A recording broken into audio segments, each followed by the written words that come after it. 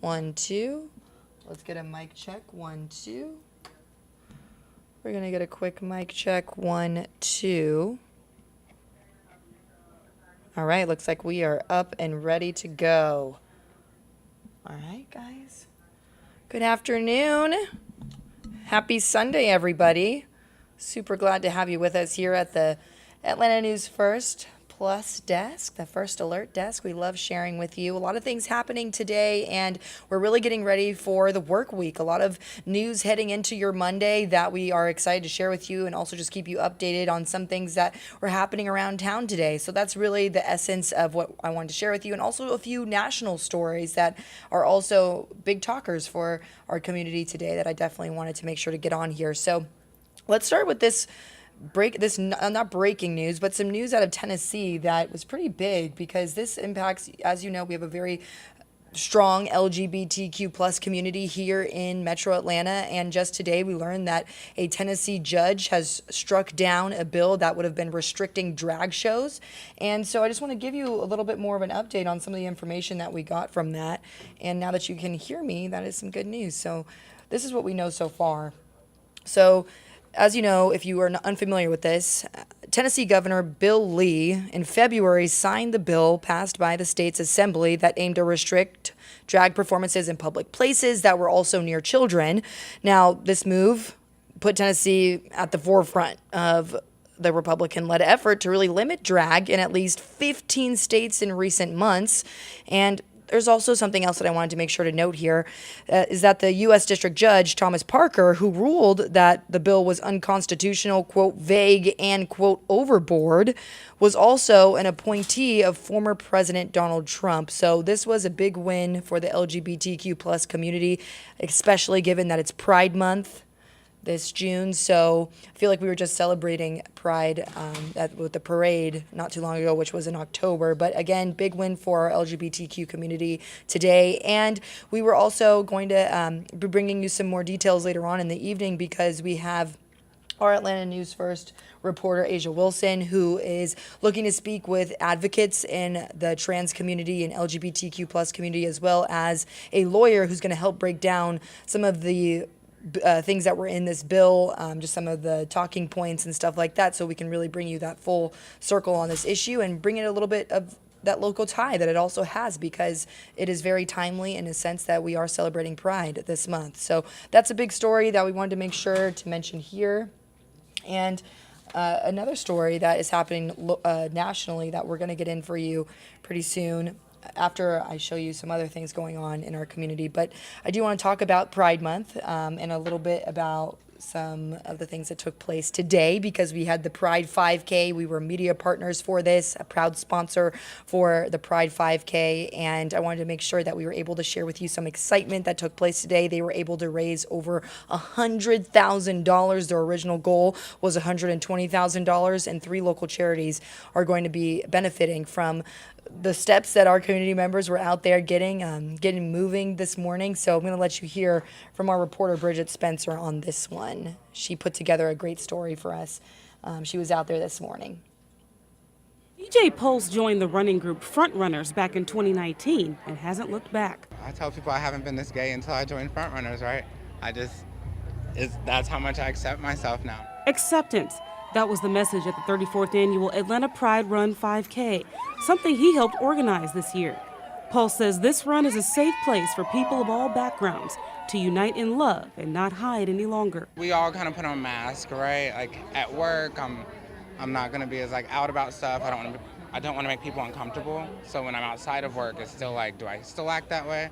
Atlanta News First is a proud sponsor of the Pride Run, with our very own investigative reporter Andy Pirati emceeing. All money raised goes to Aid Atlanta, Lost and Found Youth, and Bridge of Light to support the fight against HIV/AIDS, and also to support their programs. The rent's so high. Think about okay, how am I supposed to pay for this medication? It can cost $1,000 a month. So I'm glad we're helping people like that. Kati Tate and her crew showed up giving out free hugs. We are standing moms. We support everybody. We come out and we celebrate each and every individual in all walks of life. Pulse says they were able to raise more than $100,000 this year, surpassing last year's $93,000. Even as an ally, it's very, very important to show up and be visible for this community because they really need your support all the time. In Midtown Atlanta, Bridget Spencer, Atlanta News First. 30 years later, and that tradition is still going on. So great to see that in our community. This was really based off enhancing the health in our community and, of course, our LGBTQ plus community, because many of those charities do support the fight in AIDS and other diseases that are also in that many people experience all over Georgia. And this is just an overall benefit for everyone, not just our LGBTQ plus community, because of the work that these charities are doing in our community. So again, just a big win for everyone. All right, so we're going to switch gears now a little bit and talk about some of the things going on this summer. It's starting to heat up. We were approaching the 80s today. We were in the 80s yesterday. It was a little bit cooler temperatures for everyone out there for the Pride Run. But now I want to talk about another prominent attraction in our community.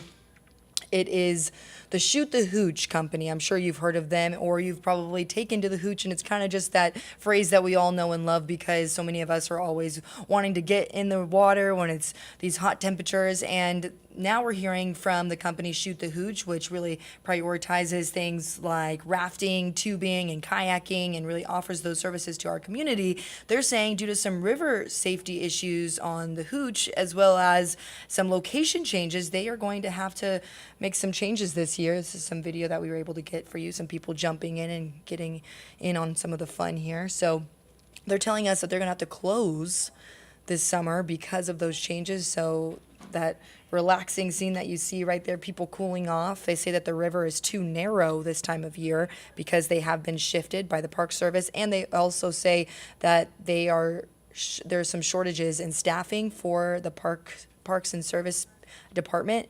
So they are also short in that sphere as well. So this is something that is going to impact a lot of people, a lot of us, because we all love enjoying it like that with our family. It's definitely a go-to attraction for many of us. So that's the very latest. We do have our reporter, Yasmina Alston, digging into this, and she is going to be speaking with the company today, and we're going to have those details for you around 6 o'clock.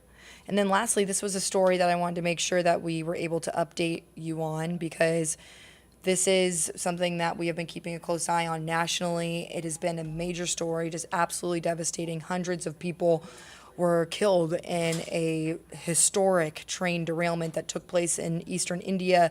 And I wanted to bring you to the front lines to just kind of paint this picture of you and, really just anytime we can send our condolences to people who are going through stuff like this, I really think that it's important for us to see what they're going through and to hear what they're going through. So we're going to let you hear from them.